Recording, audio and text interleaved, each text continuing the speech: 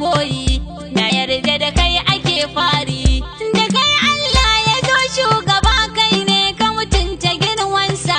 ka tsarkake samuwar tabbatarsa da kyau ka kiyaye sunansa, kai ne raba gardama ran gobe tsakanin shi da bayinsa, da kalku da khaliqun darajar kowa dan kai ta bunƙasa. Burujin shahidi so nake na kira ka ka amsa sunanka, rasulul wahidi ka fito ta cikin ainin kamanninka, jamalul bari'i kai mun ka shafi na gani a haskenka, siraɗin nasiri ka taya ni na ɗauki irin asiranka.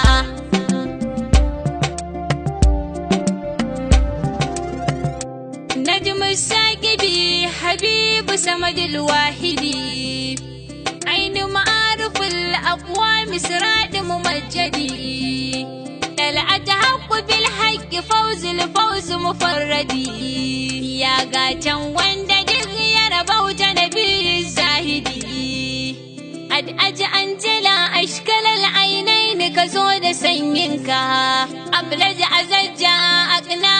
ablaja ka janya buyanka, wa ya saka malkar hadisi ka yarda na gane saukarka, da kyawawan da matsanka a gabanka na furta labbaika.